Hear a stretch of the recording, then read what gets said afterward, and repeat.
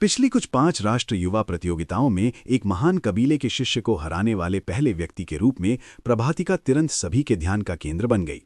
सभी ने भविष्यवाणी की थी कि प्रभातिका में शीर्ष 5 के लिए लड़ने की ताकत है, कि वो इस 5 राष्ट्र युवा प्रतियोगिता में सबसे बड़ी काली घोड़ा होगी। यहाँ तक कि अर्जुन देव और चमन चौधरी भी उनकी बराबरी नहीं कर सके। हर पीढ़ी की अपनी प्रतिभा होती थी, चाहे अर्जुन देव हों, चमन चौधरी हों या प्रभातिका, सभी ने इस कहावत को बखूबी साबित किया। इसने इस 5 राष्ट्र युवा प्रतियोगिता को जोश से भर दिया और बहुत उत्साह बढ़ाया। आखिरकार अगर वही लोग जीतते रहे तो प्रतियोगिता उबाऊ हो जाएगी। प्रतियोगिता के आयोजक सिटी लॉर्ड्स रेजिडेंस प्रतियोगियों के प्रदर्शन से बहुत संतुष्ट थे। 5 राष्ट्र युवा प्रतियोगिता का प्रभाव तभी बढ़ेगा जब प्रतियोगिता आश्चर्य और आश्चर्य से भरी हो। एलिमिनेशन के दूसरे दौर में इस बिंदु पर ऐसे कई मैच नहीं थे जो भीड़ को उत्साहित कर सकें। आखिरकार वरीयता प्राप्त प्रतियोगियों को अलग कर दिया गया था। बहुत अधिक मजबूत मैच नहीं होंगे। हालांकि समर केतु और चमन चौधरी के बीच का मैच खेदजनक रहा।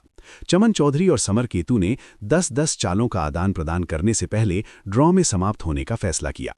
हालांकि जब कोई इसके बारे में सोचता है तो ये समझ में आता है, वास्तविक रैंकिंग मैचों से पहले दोनों के बीच ताकत का अंतर बड़ा नहीं था। यदि वे वास्तव में लड़ते हैं तो उन्हें अपने सभी तुरुप के पत्तों का उपयोग करना पड़ सकता है। उस समय जब वे अन्य उत्तराधिकारियों का सामना करते थे तो वे अपना बहुत सारा लाभ खो देते थे। अगला मैच अर्जुन देव बनाम उदय।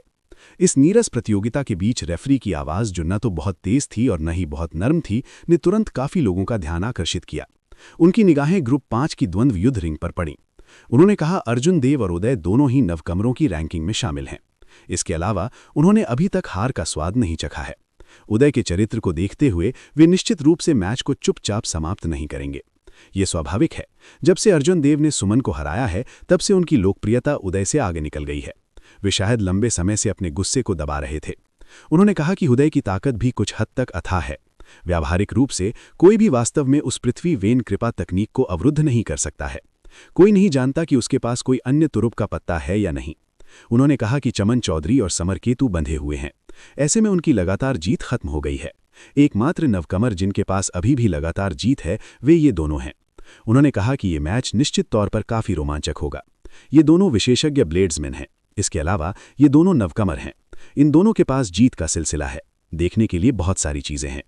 इस अपेक्षाकृत अरुचिकर मैच में अर्जुन देव और उदय के बीच मैच शुरू होने से पहले कई लोगों ने इसकी चर्चा शुरू कर दी। उदय लंबे समय से इस पल का इंतजार कर रहा था।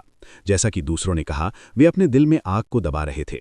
रेफरी द्वारा मैच की घोषणा करने के बाद उदय मैदान से धक्का दिया और मैदान में उतरा। उन्होंने कहा, अर्जुन देव, ये मत सोचिए भी सिर्फ इसलिए कि आपने सुमन को हराया आप मुझे दबा सकते हैं। आपकी जीत का सिलसिला यहीं खत्म हो जाएगा। जब उदय ने अर्जुन देव को मैदान में प्रवेश करते देखा तो वो तिरस्कार पूर्वक मुस्कुराया और जानबूझकर उसे चिढ़ाया। अर्जुन देव अडिग रहे। उसने शांति से कहा, बस अपनी चाल बढ़ाओ, देखते हैं कि किसकी जीत का सिलसिला कौन खत्म करेगा। अर्थ वेन सेबर तकनीक अप्रत्याशित थी। इससे निपटना वाकई मुश्किल था। हालांकि ये वैसा ही था जैसा कि अर्जुन देव ने पहले कहा था। यदि अर्जुन देव जीत प्राप्त करने के लिए एक आश्चर्यजनक चाल का उपयोग करना चाहते थे तो वे इस रास्ते पर नहीं जा सकते थे। अर्थ वेन सेबर तकनीक कई बार उपयोग करने के बाद ये अब आश्चर्यजनक चाल नहीं रही। हाँ, उस स्थिति में अपने कृपाण को कसकर पकड़ें, मैं आ रहा हूं। उदय धीरे से मुस्कुराया और उसकी आभा अचानक बदल गई। उसकी निगाह कृपाण की तरह तेज हो गई जब वो तेजी से अर्जुन देव की ओर उड़ गया। ये कहना होगा कि उदय वास्तव में एक ढीठ व्यक्ति था। हालांकि जब वो युद्ध स्थिति में प्रवेश किया तो उसका प्रारंभिक तिरस्कार और चिंता तुरंत गायब हो गई। यदि कोई उदय द्वारा प्रदर्शित आभा से भ्रमित होता है तो वे नुकसान में होंगे। ची। उदय की गति बेहद तेज थी। उसका शरीर एक अकेला तेज कृपाण की तरह था। उसके सामने निराकार हवा कागज के टुकड़े की तरह आधी कट चुकी थी। जब उदय अर्जुन देव से 10 मीटर की दूरी पर थे तो सभी ने सोचा कि वे अर्जुन देव पर हमला करने के लिए अर्जुन देव पर आमने सामने हमला करेंगे या चारों ओर चक्कर लगाएंगे। अचानक उदय का ऊपरी शरीर नीचे गिर गया। यदि कोई सामान्य व्यक्ति होता तो वे सोचते कि वे किसी चीज पर फिसल गए हैं। स्वाभाविक है, कल्टीवेटर्स ने ऐसा नहीं सोचा। उदय ने अचानक अपनी चाल बदल ली थी। उसका पूरा शरीर जमीन पर था और किसी बिंदु पर उसने पहले ही अपनी कृपाण खींच ली थी। कृपाण का किनारा ठंडी रोशनी से चमक रहा था। उसका पूरा शरीर अत्यधिक तेज गति से अर्जुन देव की ओर उड़ गया। उसकी कृपाण की नोक अर्जुन देव के घुटनों पर थी। कितना अप्रत्याशित! ये सोचना कि उदय वास्तव में इस तरह से हमला करेगा। इसके अलावा वे इतने कम समय में अपने हमले को बदलने में सक्षम था। सबसे महत्वपूर्ण बात यह है कि उसकी कार्यवाहियां निर्दोष हैं। ये बहते पानी की तरह चिकना है। ये स्पष्ट है कि उसने इसका अनगिनत बार अभ्यास किया है। ऐसा लगता है कि ये कोई संयोग नहीं था कि उदय अपने वर्तमान स्तर तक पहुंचने में सक्षम हुआ। मंच पर मौजूद कई मार्शल आर्टिस्टों ने ये कहा, यदि उन्हें इस तरह की स्थिति का सामना करना पड़ा तो इस बात की संभावना थी कि वे गार्ड से पकड़े जाएंगे और अपनी युद्ध शक्ति खो देंगे। यहां तक कि अर्जुन देव ने तुरंत प्रतिक्रिया दी और उदय के हमले को चकमा दिया तो वे तुरंत पहल खो देंगे और रक्षा करने के लिए मजबूर होंगे। अर्जुन देव कैसे जवाब देंगे? जब कई लोगों को इस तरह की कदम का सामना करना पड़ा तो उनकी पहली प्रतिक्रिया पीछे हटने की होगी। ऐसा इसलिए था क्योंकि किसी कल्टीवेटर के निचले शरीर की रक्षा करना सबसे मुश्किल था। इसके अलावा उदय का हमला बेहद तेज और अप्रत्याशित था। ब्लॉक करना और भी परेशानी भरा था, इसलिए पीछे हटना सबसे अच्छा विकल्प था। भले ही उन्होंने पहल खो दी, लेकिन वे कुछ नहीं कर सकते थे। हालांकि अर्जुन देव पीछे नहीं हटे। ऐसा इसलिए था क्योंकि उन्हें पीछे हटने की आवश्यकता नहीं थी। एक चिंगारी को उड़ने में जितना समय लगा, उसमें अर्जुन देव चले गए। उन्होंने अपने बाएं हाथ में म्यान ल्यूनर शैडो कृपाण को पकड़ा था और म्यान की नोक का उपयोग उदय की कलाई को काटने के लिए किया। म्यान की नोक नीचे की ओर इशारा करती है। उसकी गति अत्यधिक तेज थी, जिससे एक भेदी ध्वनि उत्पन्न हो रही थी। यदि उदय की कलाई एक पल के लिए और रुक जाती तो म्यान उसकी कलाई में छेद कर देती। अपने आक्रमण की गति पर भरोसा करते हुए अर्जुन देव ने बाद में एक चाल चलने के बावजूद पहले प्रतिक्रिया दी। उन्होंने तुरंत उदय के अप्रत्याशित हमले को नकार दिया और अपने प्रतिद्वंद्वी को अजीब स्थिति में डाल दिया। यदि अर्जुन देव की कृपाण एक कदम और आगे बढ़ती तो वे इस मजबूत प्रतिद्वंद्वी को तब तक मार सकता था जब तक कि वो अपनी युद्ध शक्ति न खो दे। ये एक बड़ा प्रलोभन था। हालांकि यदि अर्जुन देव बहुत धीमा होता तो उसकी कलाई छेद दी जाती और वो अपनी युद्ध शक्ति खो देता। जीत या हार का फैसला एक ही विचार से तय होता था। एक साधारण चाल लोगों को अंदर से हिलाने के लिए पर्याप्त थी। अर्जुन देव की ये चाल उदय के साथ गति से प्रतिस्पर्धा करने की थी। उन्होंने कुछ नहीं कहा, केवल ये पूछा कि क्या उदय ने प्रतिस्पर्धा करने की हिम्मत की। क्या उदय में प्रतिस्पर्धा करने की हिम्मत थी? यदि आप तेज होते तो आप जीतते, ध्यान का केंद्र बनते। यदि आप धीमे होते तो आप तुरंत अबिस में गिर जाते। आप वायुश्री की तरह एक खेदजनक स्थिति में समाप्त हो जाते। सभी चेहरे खो देते। इस विशाल विरोधाभास ने उदय की मानसिक स्थिति को चुनौती दी। यदि उदय की मानसिक स्थिति कमजोर होती तो ये ऐसी कष्टप्रद स्थिति में उसके प्रदर्शन को गंभीर रूप से प्रभावित करता। यदि वो हिचकिचाता तो उसे निर्णय लेने का मौका भी नहीं मिलता, वो हार जाता। अर्जुन देव और सुमन की लड़ाई देखने के बाद उदय को पता चल गया था कि अर्जुन देव कितने तेज हैं, इसलिए वो पीछे हट गया। अंत में उसने अर्जुन देव के साथ गति से प्रतिस्पर्धा करने की हिम्मत नहीं की। उदय ने अपने बाएं हाथ से जमीन पर थप्पड़ मारा और फिर से खड़ा हो गया। उनका चुपके हमला विफल रहा और उन्होंने पहल खो दी। उन्हें अर्जुन देव से जल्दी से दूर हटना पड़ा। उदय के चेहरे पर भद्दे भाव थे क्योंकि उसने जल्दी से मन ही मन सोचा। बैंग! एक तेज आवाज थी क्योंकि अर्जुन देव की म्यान की नोक विंड क्लाउड प्लेटफॉर्म से टकरा गई। फिर ये 3 सेंटीमीटर तक डूब गया। बल इतना बड़ा था कि उसने सभी को चौंका दिया। सबसे डरावनी बात यह थी कि इतनी बड़ी ताकत के साथ भी विंड क्लाउड प्लेटफॉर्म नहीं टूटा। बल बिल्कुल भी लीक नहीं हुआ। हर कोई भयभीत था। अगर उदय पीछे नहीं हटता तो इस कदम से उसकी हथेली कट जाती। शिव!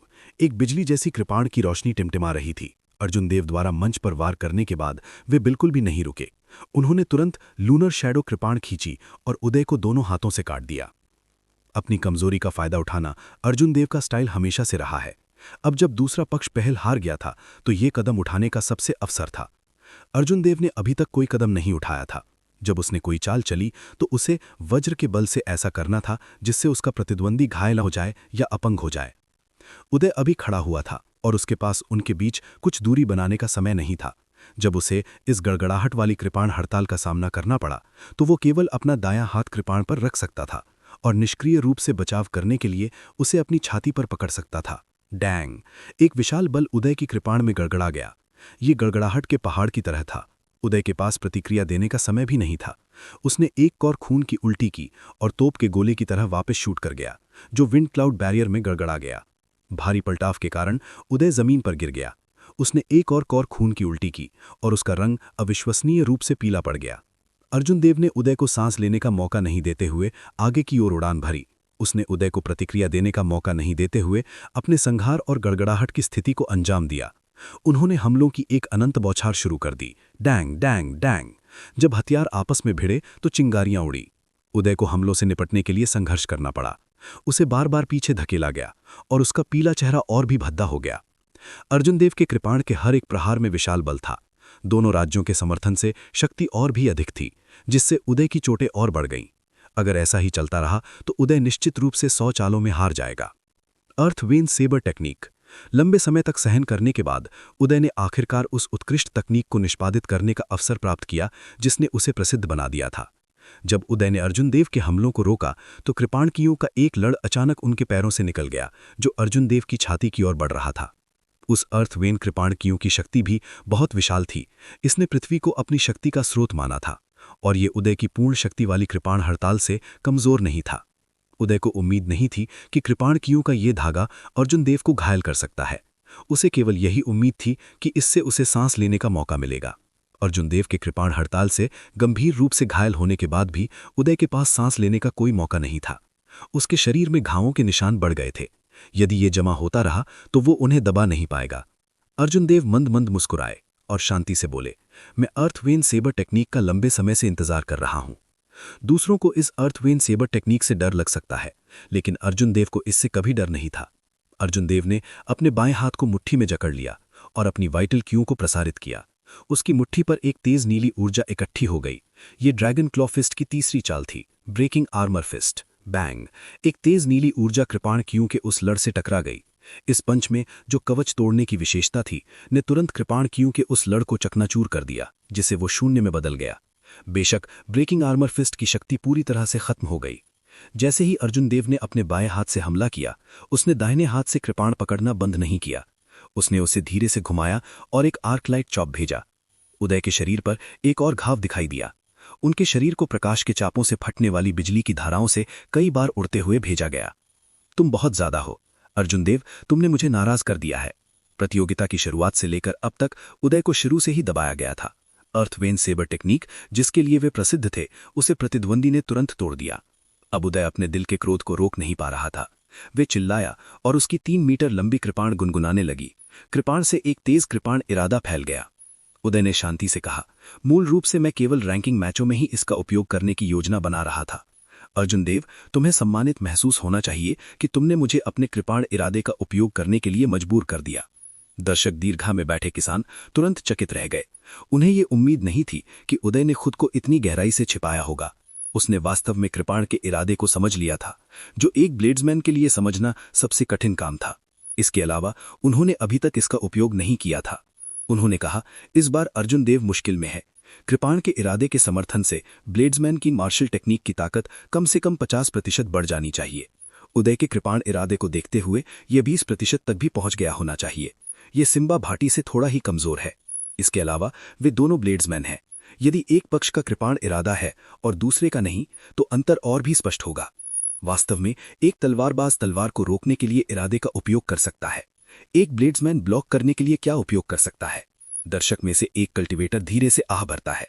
कृपाण के इरादे को समझना मुश्किल था। एक बार जब कोई इसे समझ लेता है तो वो असीमित शक्ति प्राप्त कर लेता है। ये पहले से ही कल्टीवेटर्स की दुनिया में सार्वजनिक रूप से स्वीकृत तथ्य है। स्थिति शायद जल्द ही बदलने वाली थी। मुरझाई घास और पेड़। उदय ने भयंकर रूप से दहाड़ते हुए अपने तुरुप के पत्ते मार्शल तकनीक को अंजाम दिया। कृपाण के किनारे से एक उजाड़ आभा फैल गई, जिससे सभी को मौत की भारी आभा का एहसास हुआ।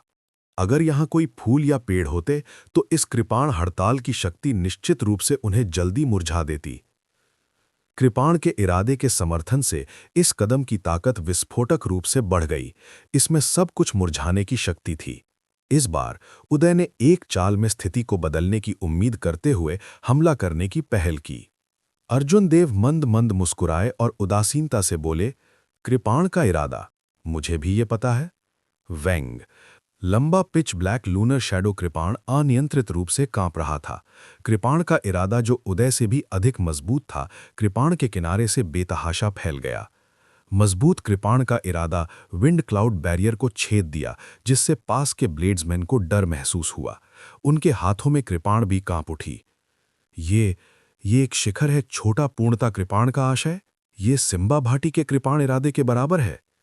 ये बहुत चौंकाने वाला है। अप्रत्याशित रूप से अर्जुन देव ने भी कृपाण के इरादे को समझ लिया। इसके अलावा ये उदय की तुलना में बहुत मजबूत है। सभी के हाव भाव काफी बदल गए। इस समय उन्हें अचानक पता चला कि वे अर्जुन देव की शक्ति के माध्यम से बिल्कुल भी नहीं देख सकते हैं। एक तेज हवा चली और बादल मंथन करने लगे, तेजी से अर्जुन देव के सिर के ऊपर इकट्ठा हो गए। ये लाइटनिंग क्लैश कृपाण तकनीक गैदरिंग विंड एंड क्लाउड्स का शुरुआती कदम था। जैसे ही हवा चली, बादल हिलने लगे और बादल हवा के साथ इकट्ठा हो गए। जैसे ही हवा चली और बादल मचल रहे थे, अर्जुन देव ने एक कदम आगे बढ़ाया और अपनी कृपाण को और भी मजबूत आभा के साथ घुमाया। पुस पुस। कृपाण का इरादा, जिस पर उदय को इतना गर्व था कि उसका तुरुप का पत्ता अर्जुन देव के और भी मजबूत कृपाण इरादे के सामने उखड़ गया, यहां तक कि मुरझाए हुए पौधों की स्थिति भी उखड़ गई। कृपाण की धार अर्जुन देव को छूने से पहले ही अर्जुन देव की कृपाण की आभा ने उसे चकनाचूर कर दिया। डैंग! एक मधुर आवाज सुनाई दी और उदय के हाथ में कृपाण गिर गई।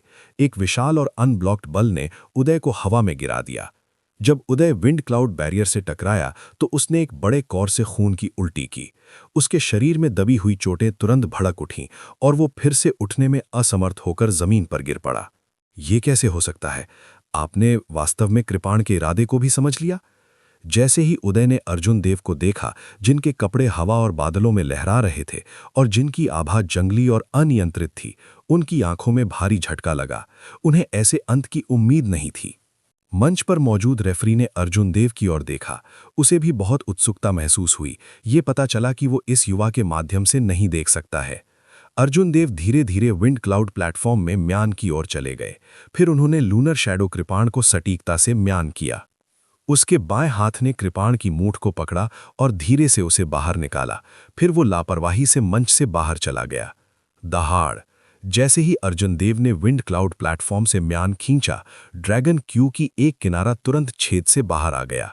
ये ड्रैगन क्यू अर्जुन देव की म्यान द्वारा बहुत लंबे समय तक दबाया गया था। जैसे ही ये बाहर आया, इसने एक अनुनादी ड्रैगन दहाड़ दी। ये ड्रैगन दहाड़ विंड क्लाउड अरीना से पिछले किसी भी ड्रैगन की दहाड़ से भी तेज थी। मूल रूप से निराकार ड्रैगन क्यू वास्तव में इस तेज ड्रैगन दहाड़ के साथ संघनित हो गया। जैसे ही अर्जुन देव ने भयंकर रूप से दहाड़ते हुए विंड क्लाउड बैरियर को चीर दिया, फिर वो ड्रैगन सीलिंग सिटी से 10 किलोमीटर ऊपर घने काले बादलों में उड़ गया। शिव! ड्रैगन क्यू ने काले घने बादलों में एक छेद कर दिया और एक चमकदार सुनहरी रोशनी तुरंत गिर पड़ी। वो आकाश से उतरा और धीरे धीरे चल रहे अर्जुन देव को घेर लिया।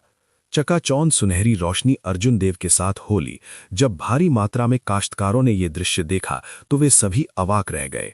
ड्रैगन पिलर पर समर्थ शर्मा ने भी ऐसा ही एक दृश्य देखा था।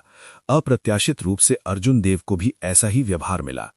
उदय, जो हाल ही में विंड क्लाउड प्लेटफॉर्म से ऊपर चढ़े थे, जब उन्होंने ये दृश्य देखा तो असंतुष्ट महसूस किया।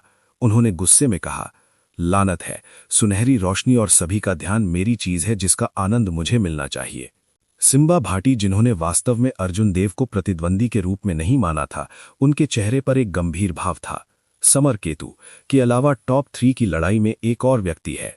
पूर्ण आत्मविश्वास के साथ वरीयता सीट पर अकेले बैठे समर्थ शर्मा की आंखों में एक अजीब सा भाव आया, लेकिन ये जल्दी ही गायब हो गया। समर्थ शर्मा ने धीरे से कहा, तुम चाहे जितने मजबूत हो, तुम इस 5 राष्ट्र युवा प्रतियोगिता में मेरे कदम का पत्थर बनने के लिए नियत हो। मेरी जैसी पीढ़ी में होना, समर्थ शर्मा, तुम्हारी त्रासदी है। जब अर्जुन देव बैठे तो उनके साथ आने वाली सुनहरी रोशनी धीरे धीरे गायब हो गई। घने काले बादलों ने जिस छेद को तोड़ दिया था, बंद होने लगा। इस दृश्य के बाद जिन मैचों में पहले ही कई रोमांचक मैच नहीं थे, वे और भी फीके पड़ गए। नोबल कुलों के मैचों के अलावा जिसने कुछ ध्यान आकर्षित किया, किसी ने अन्य मैचों पर कोई ध्यान नहीं दिया। दर्शक दीर्घा में मौजूद अधिकांश काश्तकारों ने 2 एलिमिनेशन राउंड में दिखाई देने वाली प्रतिभाओं पर चर्चा करना शुरू कर दिया।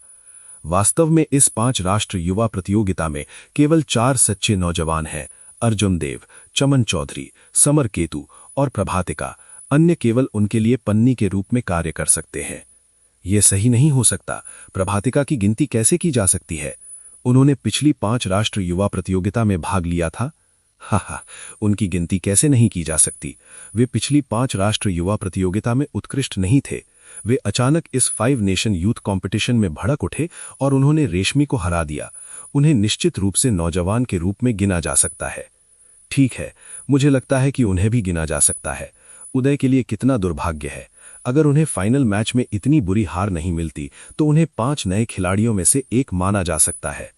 वास्तव में वे एक शिखर प्रतिभा हैं जिन्होंने कृपाण के इरादे को समझा, लेकिन दुर्भाग्य से वे अर्जुन देव से टकरा गए और बहुत बुरी तरह हार गए। आसपास के काश्तकारों ने जमकर चर्चा की। शुरू से ही वे बात करना बंद नहीं कर सकते थे। वे सभी बहुत उत्साहित थे।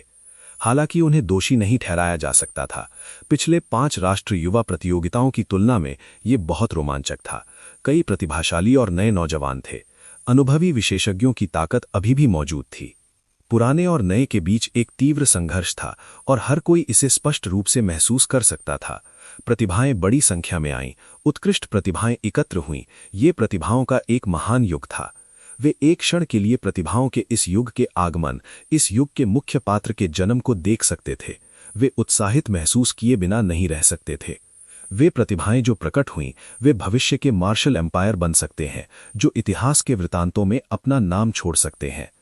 उन्होंने कहा, मुझे लगता है कि इन 4 लोगों में टॉप 5 में बनाने की ताकत है। टॉप 8 पर 8 नोबल कुलों का एकाधिकार टूट जाएगा। ये कहना जल्दबाजी होगी। वंशजों की ताकत सभी के देखने के लिए स्पष्ट है। उनमें से कौन सा मध्यम वर्गीय है? इसके अलावा वे सभी उनसे बड़े हैं। ये कहना मुश्किल है। ये सही है। हमें बस ये पता चलेगा कि कौन मजबूत है और कौन कमजोर है। हालांकि ये 5 नेशन यूथ कंपटीशन मेरी आंखों के लिए दावत है। ये यात्रा व्यर्थ नहीं गई। शोर शराबे के बीच दूसरा एलिमिनेशन राउंड धीरे धीरे खत्म हो गया। आज का एलिमिनेशन राउंड पिछले से अलग था। कोई भी लड़कर जा नहीं सकता था। सिटी लॉर्ड्स रेजिडेंस के लोग अंकों का मिलान करेंगे और रैंकिंग मैचों में भाग लेने के लिए योग्य 100 लोगों की घोषणा करेंगे। ये 100 लोग ट्रू ड्रैगन रैंकिंग में भी शामिल होंगे। जब 5 नेशन यूथ कंपटीशन समाप्त हुआ तो उनका नाम वास्तव में दुनिया भर में फैल जाएगा। महेश मान स्पष्ट रूप से घबराया हुआ था। उनका एक गर्वीला और अलग चरित्र था, इसलिए वे ट्रू ड्रैगन रैंकिंग की बहुत परवाह करते थे। वे आज के एलिमिनेशन राउंड में 7 मैच हार गए थे और 3 ड्रॉ हुए थे। वे नहीं जानते थे कि वे ऐसे परिणामों के साथ पास कर पाएंगे या नहीं। मेघना काफी कमजोर लग रही थी। वे एक लड़ाई में घायल हो गई थी, इसलिए उनके पास प्रतियोगिता को जल्दी समाप्त करने के अलावा कोई विकल्प नहीं था। हालांकि वे बहुत आशावादी थी, लेकिन ये देखते हुए कि ट्रू ड्रैगन रैंकिंग की घोषणा होने वाली है, वे निराश हुए बिना नहीं रह सकती थी। बूम बूम बूम, हर जगह हवा और गड़गड़ाहट हुई। 20 विंड क्लाउड प्लेटफॉर्म जल्दी से एक साथ विलय हो गए, जिससे 10 और भी बड़े विंड क्लाउड प्लेटफॉर्म बन गए। अचानक विंड क्लाउड प्लेटफॉर्म के केंद्र में एक लंबा और बड़ा विंड क्लाउड प्लेटफॉर्म उठ गया। यह स्पष्ट रूप से दूसरों से अलग था। यह विंड क्लाउड प्लेटफॉर्म बहुभुज था, जिसमें कुल 10 कोने थे। प्रत्येक कोने में एक ड्रैगन स्तंभ था। ड्रैगन सीलिंग सिटी का city Lord wind cloud platform पर खड़ा था, जिसके पास नामों की एक सूची थी। उन्होंने कहा, अब मैं उन प्रतिभागियों की घोषणा करूंगा जो रैंकिंग मैचों में भाग लेने के लिए क्वालिफाई कर चुके हैं। जिनके नामों की घोषणा नहीं की गई है, उनका चयन नहीं किया जाता है। जैसे ही सिटी लॉर्ड ने नाम पढ़े, अंतिम रहस्य आखिरकार सामने आया। गनीमत रही कि महेश मान का नाम भी उनमें से एक था। अब विंड क्लाउड प्लेटफॉर्म पर स्वर्गीय कृपाण मंडप के 2 लोग थे। सिटी लॉर्ड में केवल 99 नाम पढ़े, 100वां नाम नहीं। हालांकि सभी जानते थे कि पहली वरीयता प्राप्त समर्थ शर्मा के लिए आरक्षित था। उन्हें लगातार 5 राष्ट्रीय युवा प्रतियोगिताओं में यह सम्मान मिला। उन्होंने कहा, रैंकिंग मैच 3 दिन में शुरू हो जाएंगे। उस समय नियमों की घोषणा की जाएगी। वापस जाओ और अच्छा आराम करो। 3 दिन बाद ड्रैगन सीलिंग सिटी में स्वर्गीय कृपाण मंडप के प्रांगण में प्रभाकर राय ने उन दोनों से ईमानदारी से कहा, महेश मान, अर्जुन देव, रैंकिंग मैच शुरू होने वाले हैं। आप दोनों को किसी भी मनोवैज्ञानिक बोझ को महसूस करने की कोई आवश्यकता नहीं है। इस चरण तक पहुंचने के लिए स्वर्गीय कृपाण मंडप पहले से ही आपका बहुत अधिक ऋणी है। अर्जुन देव ने सिर हिलाया और कहा, हम अपना सर्वश्रेष्ठ प्रयास करेंगे और इसे भाग्य पर छोड़ देंगे। जब तक हम अपना सर्वश्रेष्ठ करेंगे, अर्जुन देव को कोई पछतावा नहीं होगा। महेश मान ने भी यही बात कही। इस चरण तक पहुंचने और अनगिनत प्रतिभाओं को देखने के बाद महेश मान बहुत अधिक परिपक्व हो गए थे। प्रभाकर राय ने मुस्कुराते हुए कहा, चलो फिर चलते हैं। ड्रैगन सीलिंग सिटी के सिटी लॉर्ड मयूर 10 ड्रैगन खंभों से घिरे सबसे ऊंचे विंड क्लाउड प्लेटफॉर्म पर खड़े थे और रैंकिंग मैचों के नियमों की घोषणा की। रैंकिंग मैचों को ग्रुप्स में विभाजित नहीं किया जाएगा। 100 राउंड होंगे। प्रत्येक प्रतिभागी को केवल प्रत्येक राउंड में 1 मैच लड़ना होगा। इस तरह प्रत्येक दौर में 50 मैच होंगे। एलिमिनेशन राउंड की तरह रैंकिंग मैचों में एक पॉइंट सिस्टम का इस्तेमाल किया जाता था। सभी प्रतिभागी 0 से शुरुआत करते थे।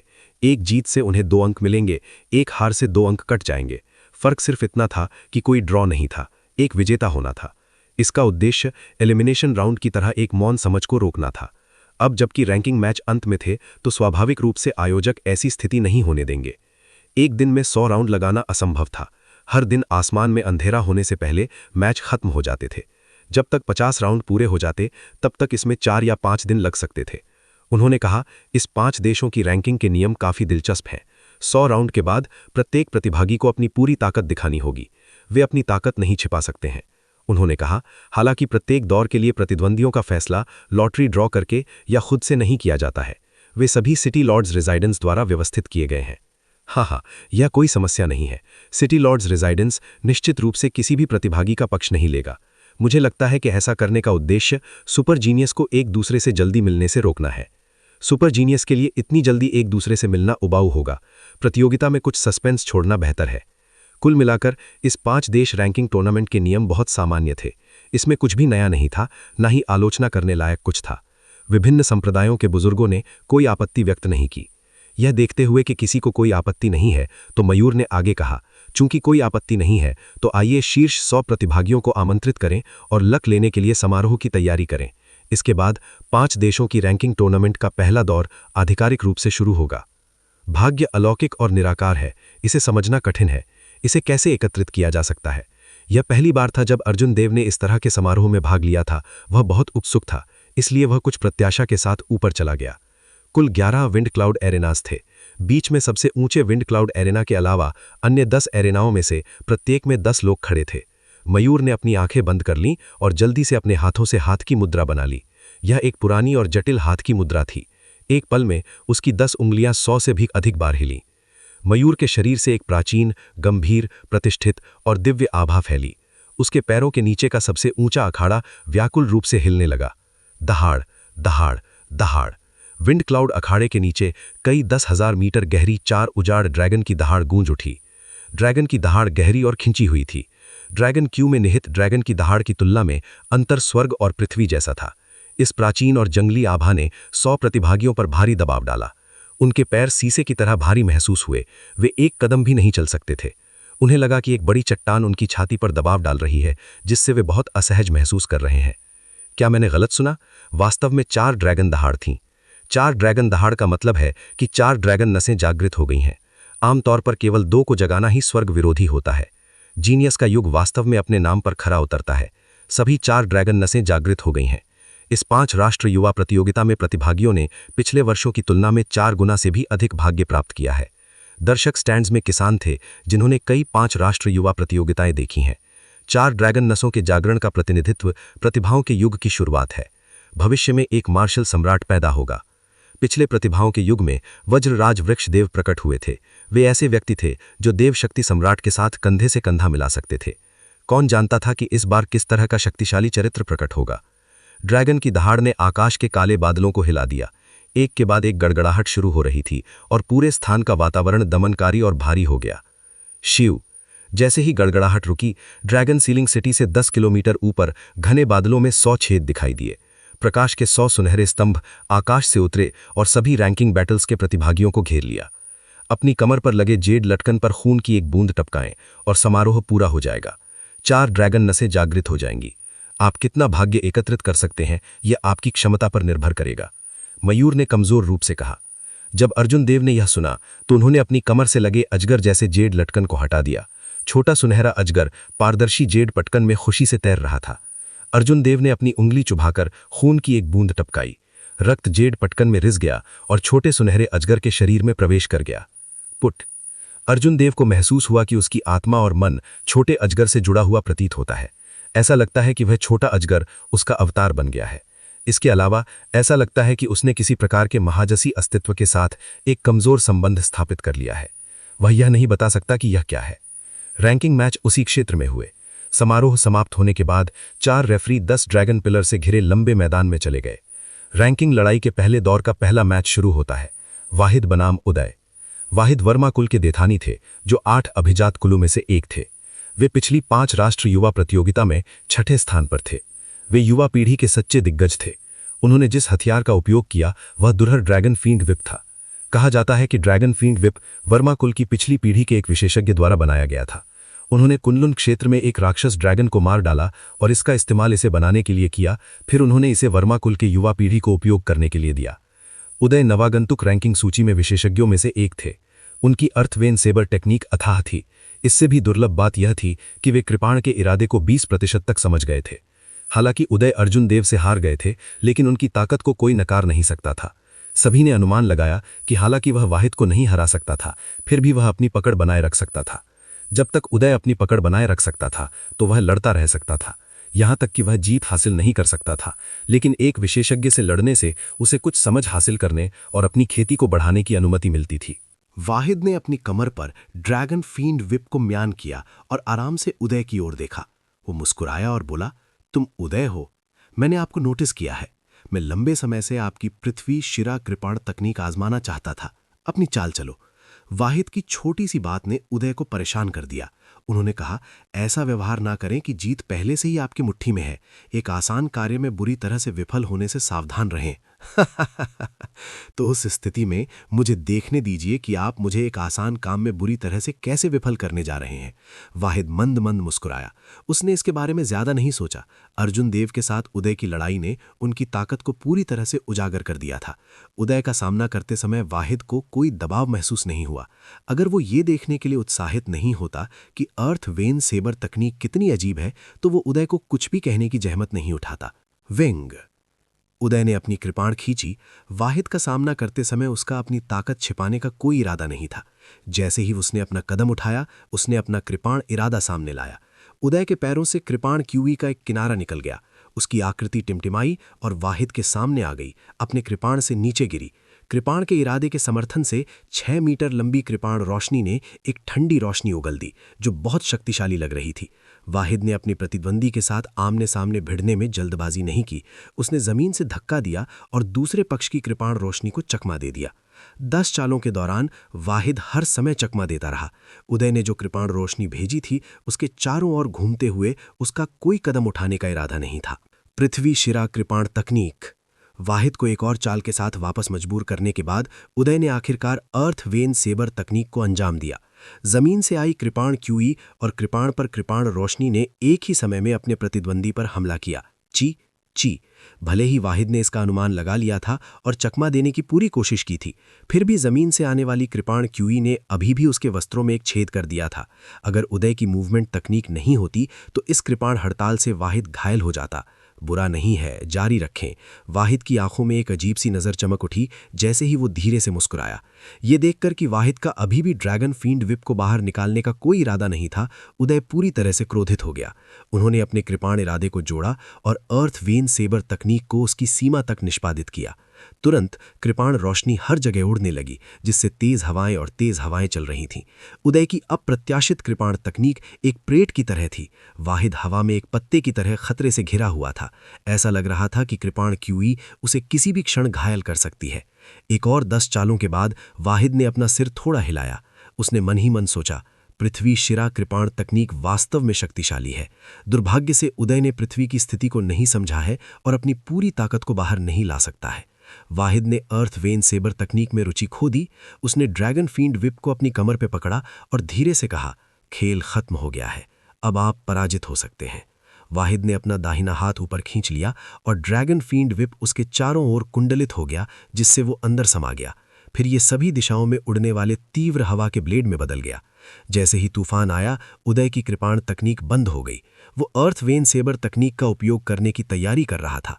हालांकि इससे पहले कि वो प्रतिक्रिया कर पाता, कृपाण तकनीक जिसे उसने संग्रहित की थी बिखर गई। वाहिद ने उदय की लय को पकड़ लिया। जब उसने हमला किया तो उसने उदय की कृपाण तकनीक को बाधित कर दिया। वाहिद ने अपनी कलाई हिलाई और ड्रैगन फील्ड विप जो उसके चारों ओर कुंडलित हो गया था, अपनी दिशा बदलकर उदय की छाती की ओर उड़ गया। इस समय वाहिद की आभा पूरी तरह से बदल गई। उसके चेहरे पर मुस्कान गायब हो गई और उसकी टकटकी किसी भी भावना से रहित विषैले सांप की तरह भयानक हो गई। एक मजबूत आभा फूट पड़ी और उदय की आभा को पूरी तरह से दबा दिया। उदय, जिसने अभी अभी उदय की कृपाण तकनीक को बाधित किया था, ने देखा कि चाप उस पर एक क्रूर अजगर की तरह उड़ रहा है। वो मदद नहीं कर सका, लेकिन एक क्षण के लिए विचलित हो गया। क्या है, क्या है? जब तक उदय ने प्रतिक्रिया दी, तब तक चाप ने उसे हवा में गिरा दिया था। जब वो जमीन पर उतरा तो उसने एक बड़े कौर से खून की उल्टी की। उसकी कई पसलियां टूट गई थीं। उदय के वाहिद के यूड पेंडेंट में एक सुनहरी रोशनी निकली और वाहिद के यूड पेंडेंट में प्रवेश कर गई। यूड पेंडेंट में छोटा सुनहरा अजगर थोड़ा मंद हो गया। जब अर्जुन देव ने इस अकल्पनीय दृश्य को देखा तो उनकी आंखों में एक गंभीर भाव चमक उठा। उन्होंने संदेह से पूछा, क्या हो रहा है? पहले बुजुर्ग प्रभाकर राय ने समझाया, ये कब्ज है। यूड पेंडेंट में छोटा सुनहरा अजगर वो भाग्य है जो आपने ड्रैगन वेन से प्राप्त किया है। हर बार जब आप किसी को हराते हैं तो आप बलपूर्वक दूसरे पक्ष के भाग्य का निशान रख सकते हैं। जब ये एक निश्चित स्तर तक जमा हो जाता है तो सुनहरा ड्रैगन यूड पेंडेंट से बाहर निकल जाएगा। उस समय भाग्य के लिए प्रतिस्पर्धा और भी तीव्र होगी। अर्जुन देव ने समझते हुए कहा, वास्तव में यही मामला है। कोई आश्चर्य नहीं कि सिटी लॉर्ड ने कहा कि आपको कितना भाग्य मिलता है यह आपकी क्षमता पर निर्भर करता है। इस प्रकार की बाध्यकारिता कमजोर लोगों के लिए बेहद क्रूर थी। योग्यतम के जीवित रहने का प्राकृतिक नियम इस समय स्पष्ट रूप से प्रदर्शित किया गया था। अर्जुन देव ने आह भरी। उन्होंने मन ही मन सोचा, सबसे अच्छा समय, सबसे खराब समय। अंत में प्रतिभाओं का युग सिर्फ मजबूत लोगों के लिए मंच है। कमजोर लोग केवल मजबूत लोगों के लिए कदम का पत्थर बन सकते हैं जिससे वे आगे और ऊपर जा सकते हैं। प्रतियोगिता जारी रही। प्रत्येक दौर में 50 मैच थे। सभी के पास एक लड़ने का मौका था। इस बार लड़ने की बारी सिम्बा भाटी की थी। उनका प्रतिद्वंदी एक छोटा पूर्ण कदम अर्ध मार्शल मोंक ब्लेड्समैन था। सिम्बा भाटी का सामना करते समय जिनके पास एक पूर्ण कृपाण इरादा था, उस प्रतियोगी ने हार मानने का निर्णय लिया। उसकी कमर पर यूड पेंडेंट ने तुरंत एक सुनहरी रोशनी निकाली और सिम्बा भाटी के यूड पेंडेंट से विलीन हो गई। मैच 36। अर्जुन देव बनाम ड्वानमू किंग। जब अर्जुन देव ने ड्वानमू किंग का नाम सुना तो वो कुछ हैरान थे। उन्हें उम्मीद नहीं थी कि ग्रेट किन नेशन से कोई शीर्ष 100 में प्रवेश करेगा। इसके अलावा ये एक ऐसा व्यक्ति था जिससे वे परिचित थे। विंड क्लाउड प्लेटफॉर्म में ड्वानमू किंग ने अर्जुन देव को देखा, जिनकी शीतल आंखों में एक असहाय अभिव्यक्ति दिखाई दी। उस समय अर्जुन देव उनकी एक पल्ली भी प्रहार को सहन नहीं कर सकते थे। हालांकि स्वर्गीय कृपाण मंडप में प्रसिद्ध होने के बाद वो अब उन्हें पकड़ नहीं सकती थीं। अब भी अर्जुन देव एक ऐसे नवागत थे जिन पर सभी का ध्यान था। वो 5 नेशन यूथ कंपटीशन में शीर्ष 10 स्थानों के लिए गर्म दावेदार थे। हालांकि वो बहुत मुश्किल से शीर्ष 100 में प्रवेश करने में सफल रही थीं। अर्जुन देव, हम एक ही स्टेप में ये कैसे तय करें? ड्वानमू किंग ने धीरे से कहा। अर्जुन देव ने इनकार नहीं किया। उन्होंने सिर हिलाया और कहा, अपनी चाल चलो। फ्रॉस्ट का क्रोध। ड्वानमू किंग के काले बाल सफेद हो गए। उन्होंने तुरंत अपनी चाल निकाली। ठंड से ढकी एक पतली तलवार।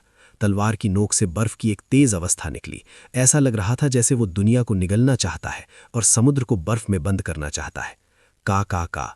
अर्जुन देव ने अपनी कृपाण खींची और अपने 30% समझे गए कृपाण इरादे का उपयोग किया। एक ठोस क्रिस्टलीय कृपाण क्यूई उसके कृपाण से उड़ गई। अपने प्रतिद्वंदी के बर्फ के स्टेट को आधा काटने के बाद कृपाण क्यूई की तीक्ष्णता कम नहीं हुई। फिर ये ड्वानमू किंग के सुरक्षा सार को तोड़ते हुए उसके शरीर पर एक गहरा घाव छोड़ गई। ड्वानमू किंग जानता था कि ये अर्जुन देव पर दया कर रहा था। साथ ही वो अर्जुन देव की ताकत पर और भी ज्यादा हैरान थी। अंतिम क्षण में वो अब भी कृपाण क्यूई को कंट्रोल कर सकता था, जिसे उसने अपनी इच्छा से भेजा था। अब तक उनके बीच और अर्जुन देव के बीच की खाई को खाई के रूप में वर्णित नहीं किया जा सकता था। अर्जुन देव ने कृपाण म्यान की ओर देखी और कुछ देर सोचा। फिर उन्होंने कहा, आपकी बर्फ की स्थिति कुछ सतही है। ये देखने में बहुत शक्तिशाली दिखता है, लेकिन इसकी ऊर्जा बिखरी हुई है। तुम वायुश्री नहीं हो। पर्याप्त संचय के बिना आप किसी विशेषज्ञ के एक भी झटके का सामना नहीं कर पाएंगे।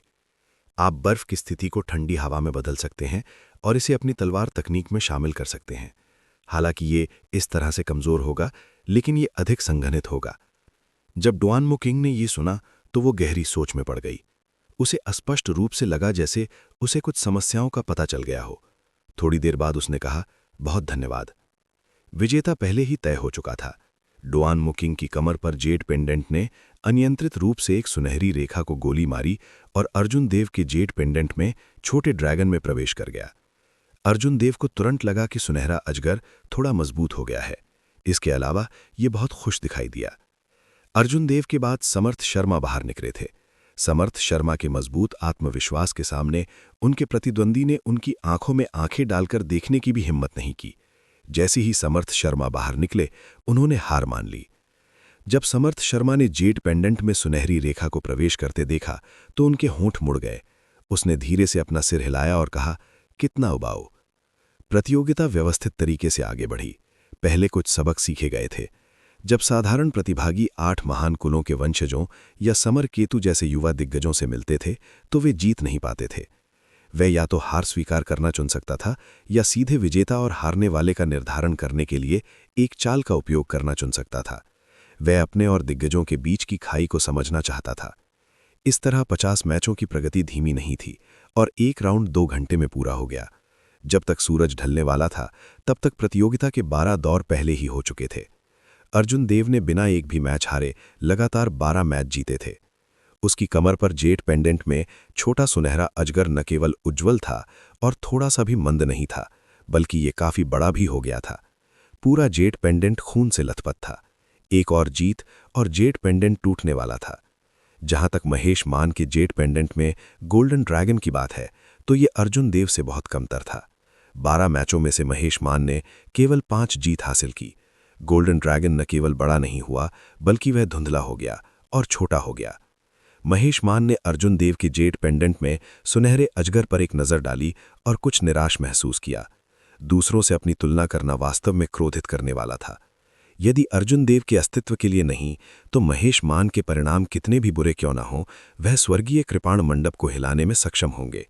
हालांकि जब अर्जुन देव की तुलना की जाती है तो अंतर तुरंत स्पष्ट हो जाता है। उसका सुनहरा अजगर कैसा था, इसकी तुलना कीड़े से भी नहीं की जा सकती थी। महेश मान को बहुत उदास महसूस हुआ। जब वह लौटता था तो वह अपने परिणामों के बारे में बात करने में बहुत शर्मिंदा होता। दहाड़े। बस इसी समय कुछ टूटने की मधुर आवाज आई। एक अजगर की दहाड़ गूंज उठी। जब वाहिद ने अपने प्रतिद्वंद्वी को एक चाल में हरा दिया तो उसकी कमर पर जेड पेंडेंट चकनाचूर हो गया। एक सुनहरी रोशनी टिमटिमाई और उसके सिर के ऊपर 15 मीटर लंबा 5 पंजों वाला सुनहरा अजगर दिखाई दिया। ये टूट गया। लगातार 13 मैच जीतने वाला वाहिद का गोल्डन ड्रैगन आखिरकार सामने आ गया। जिस क्षण ये बाहर आया ये पहले से ही 15 मीटर लंबा था। ऐसा लगता है कि उसकी किस्मत कमजोर नहीं है। जब एक नियमित प्रतियोगी का गोल्डन ड्रैगन उनके जेट से बाहर निकलता है तो ये केवल 10 मीटर लंबा होता है। ये स्वाभाविक है। वाहिद ने पिछले साल 6वीं रैंक हासिल की थी। दूसरे कास्टिकार उसकी किस्मत से कैसे तुलना कर सकते हैं? क्या है? वाहिद के सुनहरे ड्रैगन के जेट से बाहर निकलने के बाद पिछली 5 नेशन यूथ प्रतियोगिता के टॉप 10 प्रतियोगियों के गोल्डन ड्रैगन्स भी अपने जेट से बाहर निकल गए। अविश्वसनीय। रेशमी का गोल्डन ड्रैगन भी 15 मीटर लंबा है। कुमारन का गोल्डन ड्रैगन भी 15 मीटर लंबा है। सुमन का गोल्डन ड्रैगन थोड़ा कमजोर है, वह 45 मीटर लंबा है।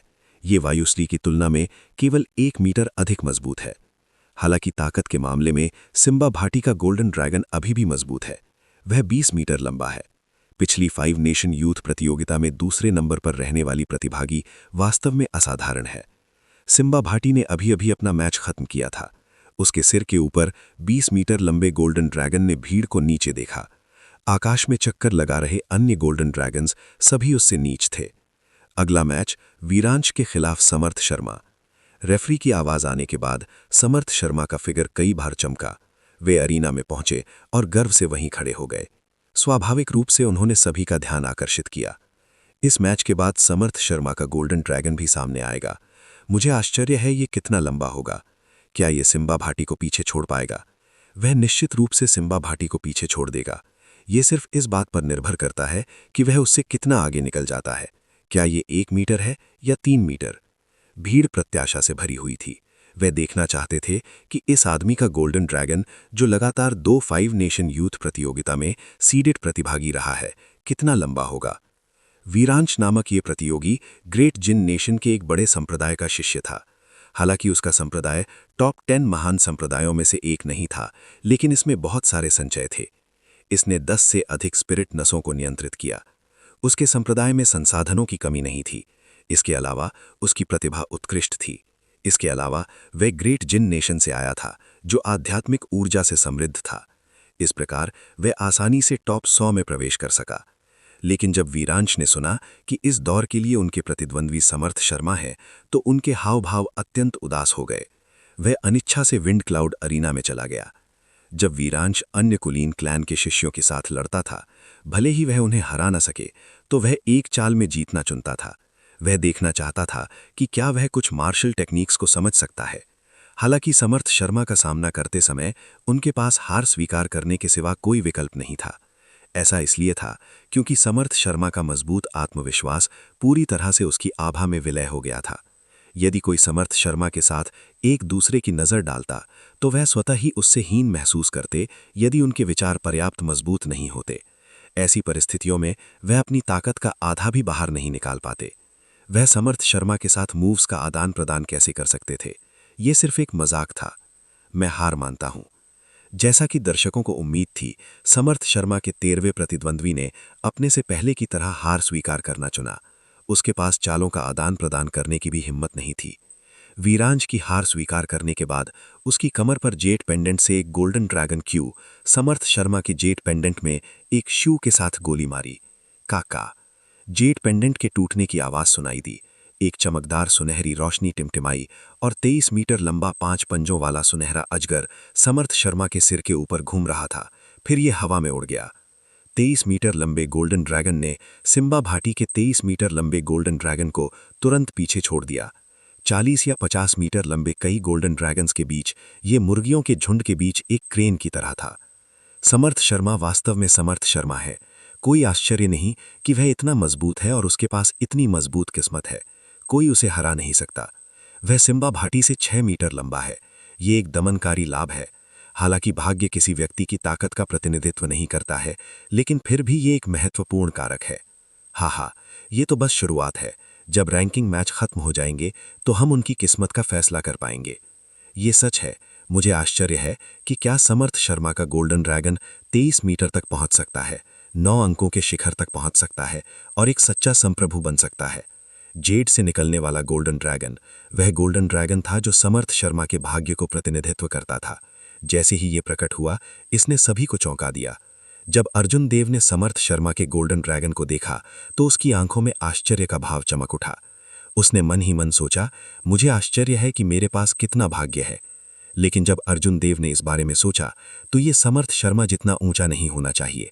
अधिक से अधिक ये वाहिद और अन्य लोगों के समान स्तर पर होना चाहिए, जो सिम्बा भाटी से थोड़े कमजोर होने चाहिए।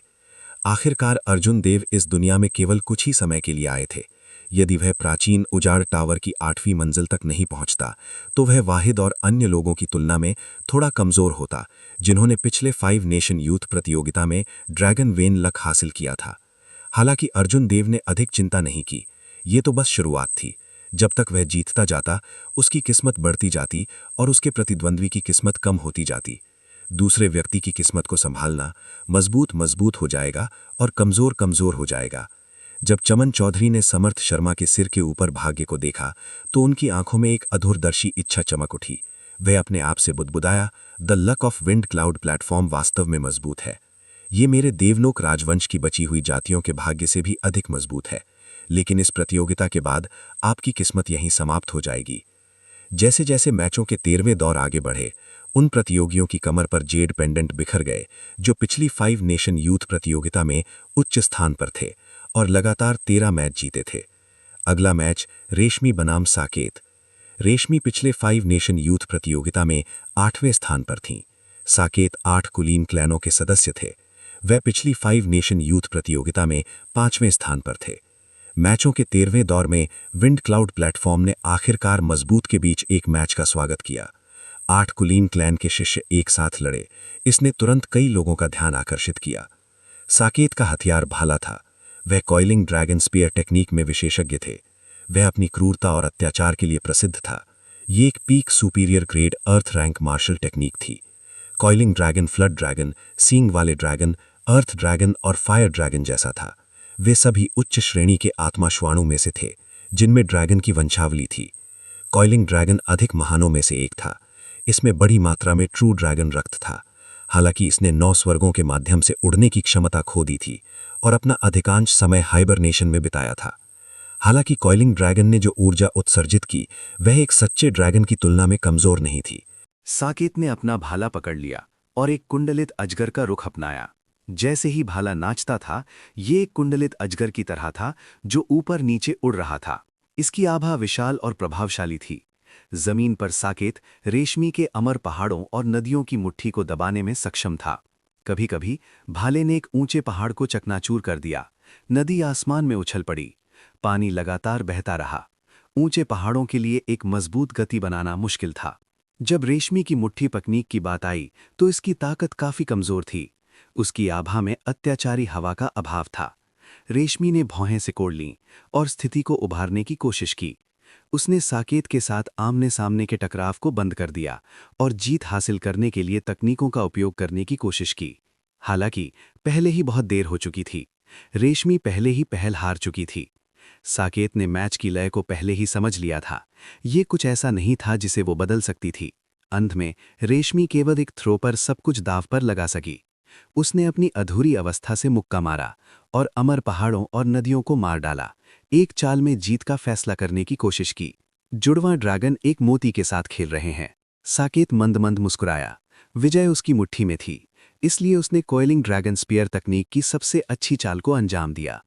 भाले की नोक कांपने लगी और 2 भाले की रोशनी भेजी। वे 2 क्रूर कुंडलित ड्रैगन में बदल गए और रेशमी की मुट्ठी से भिड़ गए।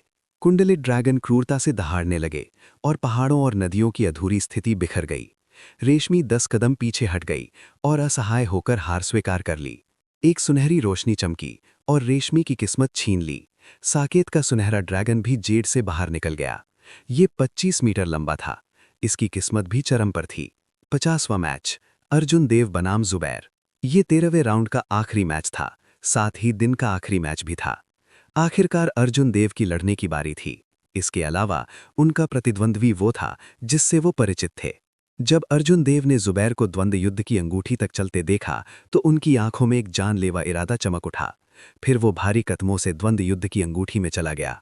जुबैर को अपने दिल में बहुत उलझन महसूस हुई। मूल रूप से उन्होंने सोचा था कि बर्फ और आग को मिलाने के बाद वो अर्जुन देव को हराने में और अपने पिछले अपमान को धोने में सक्षम होंगे। कौन जानता था, अर्जुन देव का सुधार उनसे भी बड़ा था। यहां तक कि सुमन भी अर्जुन देव से हार गई थी। सुमन जुबैर से कहीं ज्यादा मजबूत थी।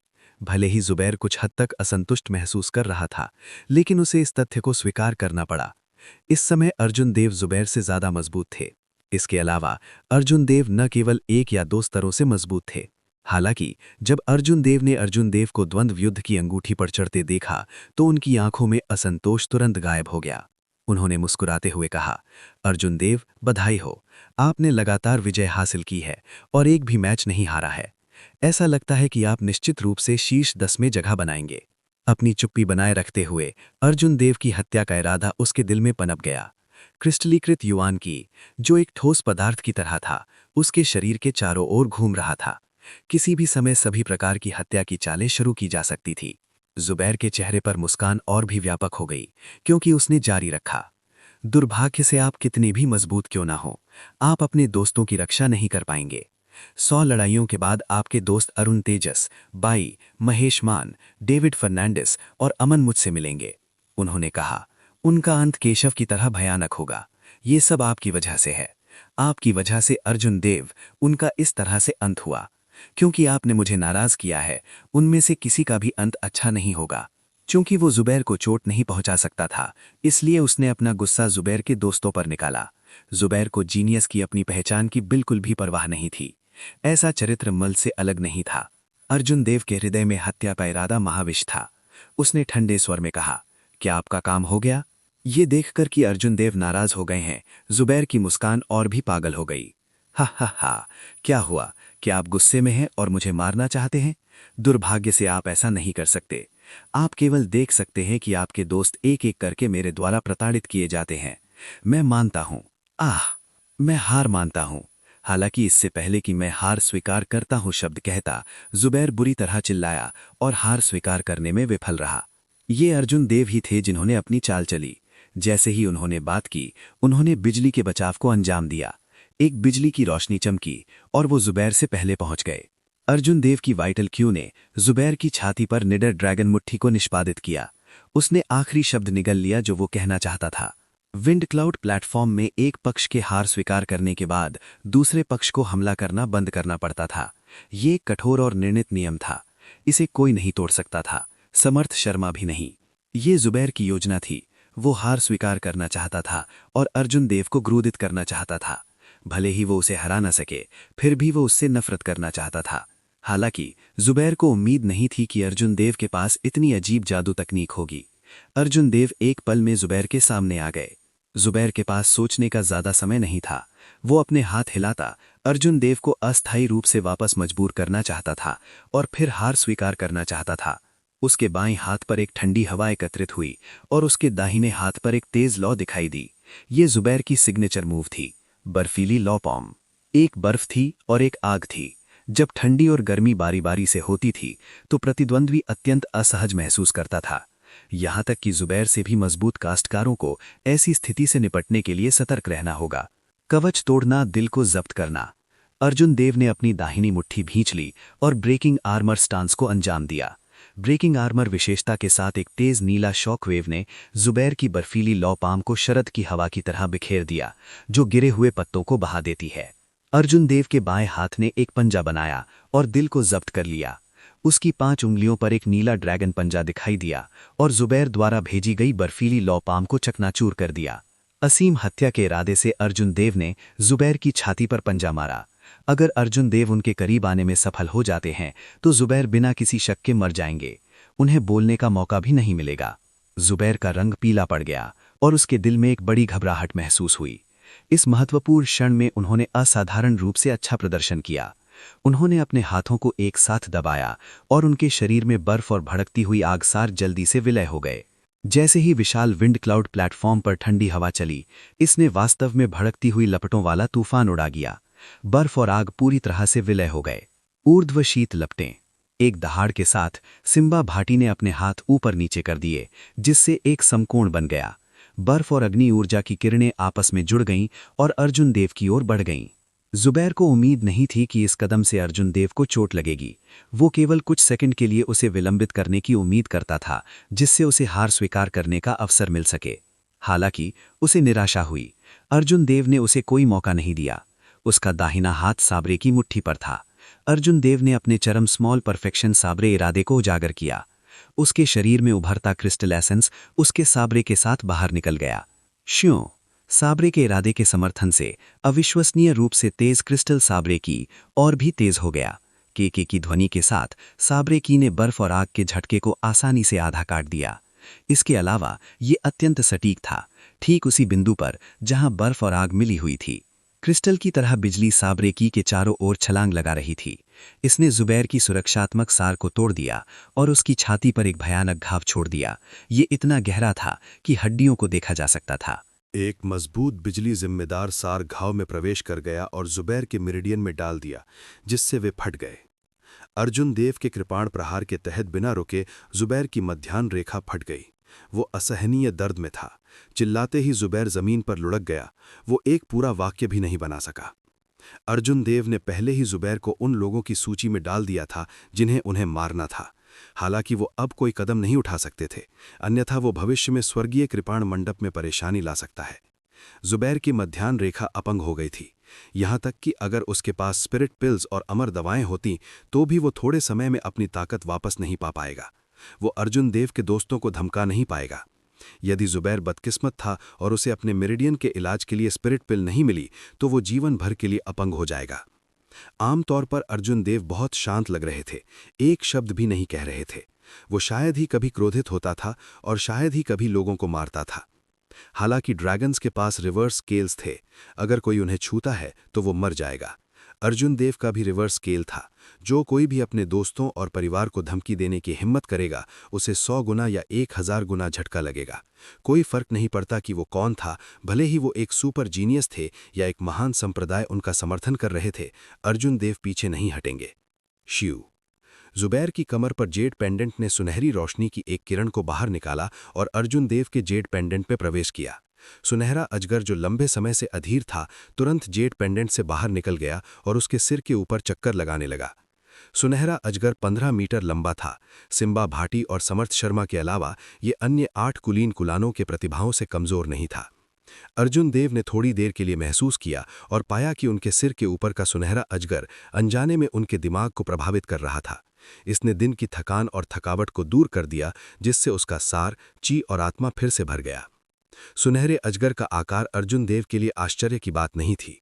हालांकि इस अतिरिक्त समारोह ने अर्जुन देव को एक सुखद आश्चर्य दिया। कितना आश्चर्य है, अर्जुन देव का सुनहरा ड्रैगन 15 मीटर लंबा है। ये पहली बार है जब वो 5 राष्ट्र युवा प्रतियोगिता में भाग ले रहे हैं। इससे पहले उन्हें कोई भाग्य नहीं मिला था। क्या ऐसा हो सकता है कि अर्जुन देव में वास्तव में 8 कुलीन कुलानों के खिलाफ लड़ने की ताकत है? वो ग्रेट किन नेशन के एक छोटे से संप्रदाय का शिष्य है। उसके और 8 महान कुलानों के बीच का अंतर बहुत बड़ा है। ये असंभव नहीं हो सकता है। इसके बारे में सोचो। शुरू से लेकर अब तक अर्जुन देव ने एलिमिनेशन राउंड या रैंकिंग की लड़ाई में एक भी मैच नहीं गंवाया है। उसने एक भी मैच नहीं हारा है और ना ही एक मैच ड्रॉ कराया है। उसके पास जीत की लकीर है। जिन लोगों को लगता था कि वो उन्हें समाप्त करने में सक्षम हैं, वे हमेशा अंत में उससे हार जाते हैं। उनके तुरुप के हत्ते अंतहीन हैं। ऐसा लगता है कि वो उन सभी का उपयोग नहीं कर सकता। उनका पता लगाने का कोई तरीका नहीं है। इन नव आगंतुकों में से यहाँ तक कि चमन चौधरी और समर केतु भी, उन सभी ने एक मैच ड्रॉ कराया, जिससे उनकी जीत की लकीर समाप्त हो गई। शुरू से अब तक जीत की लकीर रखने वाले एकमात्र अर्जुन देव हैं। वास्तव में यही मामला है। मैंने इसके बारे में पहले नहीं सोचा था। अब जब मैं इसके बारे में सोचता हूं तो ऐसा लगता है कि वो शुरू से अब तक जीत की लकीर रखने वाला एकमात्र व्यक्ति है। आखिरकार वरीयता प्रतियोगी तो केवल बीच में ही शामिल हुए हैं। उनके पास अर्जुन देव जितनी लगातार जीत नहीं है। रैंकिंग की लड़ाई का पहला दिन अर्जुन देव के सुनहरे ड्रैगन के जेट से बाहर निकलने के साथ समाप्त हुआ। इस अंतिम लड़ाई ने सभी को अर्जुन देव को एक नई रोशनी में देखने की अनुमति दी। युवा पीढ़ी के बीच सबसे लगातार जीत के साथ प्रतियोगी। आखिरकार सभी की आतुर प्रत्याशा के बीच लंबी रात बीत गई। जब सुबह का सूरज निकला तो प्रतियोगिता के 14वें राउंड की आधिकारिक शुरुआत हुई। जैसे जैसे दौर आगे बढ़े, 100 प्रतियोगियों के बीच जेट से कई और सुनहरे ड्रैगन टूट गए। कई दर्जन सुनहरे ड्रैगन हवा में उड़ रहे थे। कभी कभी वो एक दूसरे से लड़ते हुए अपने नुकीले और पंजों को उभारते हुए क्रूरता से दहाड़ रहे थे। धीरे धीरे अर्जुन देव ने कुछ पैटर्न की खोज की।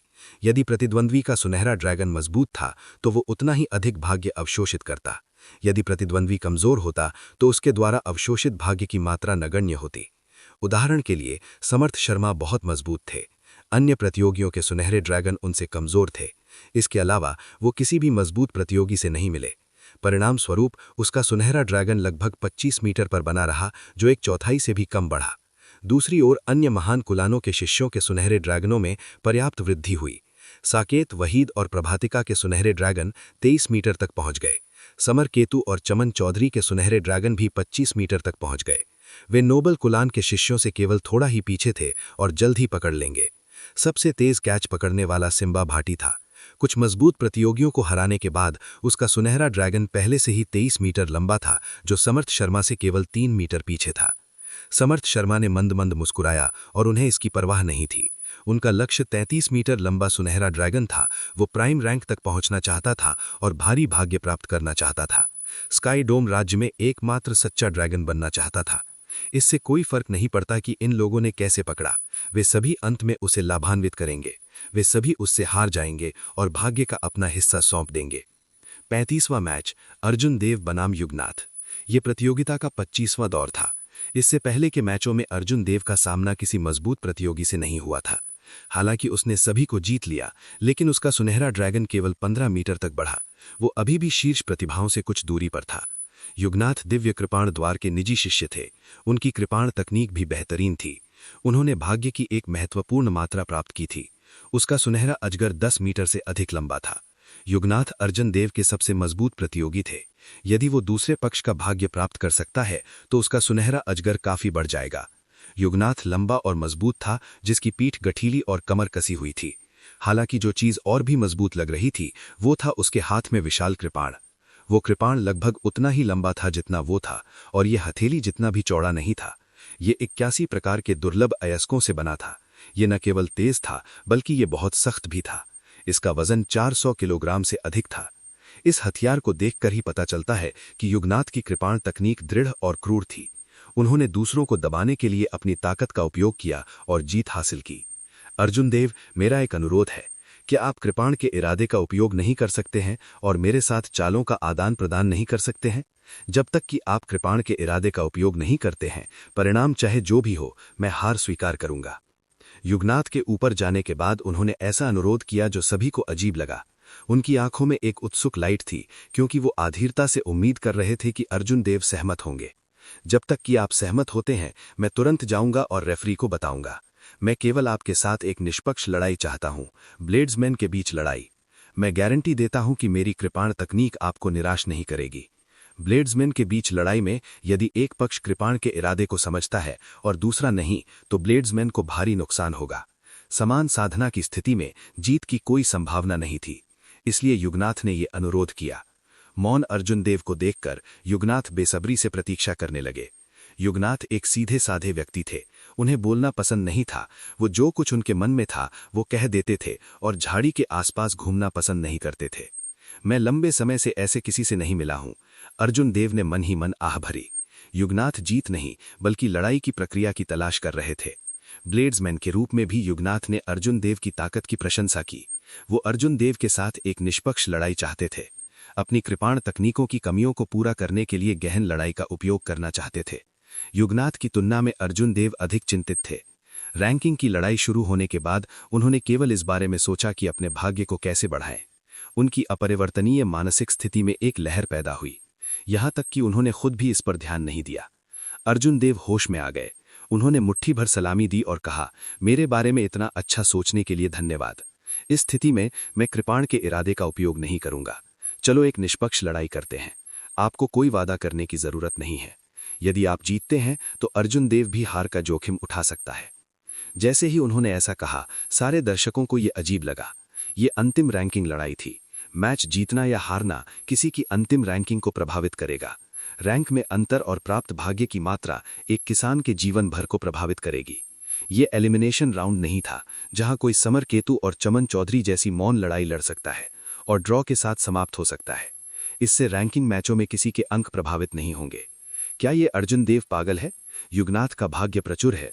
सुनहरा ड्रैगन 4 फीट से अधिक लंबा है। यदि वो जीतता है तो उसका सुनहरा ड्रैगन तुरंत वहीद और अन्य लोगों को पकड़ लेगा।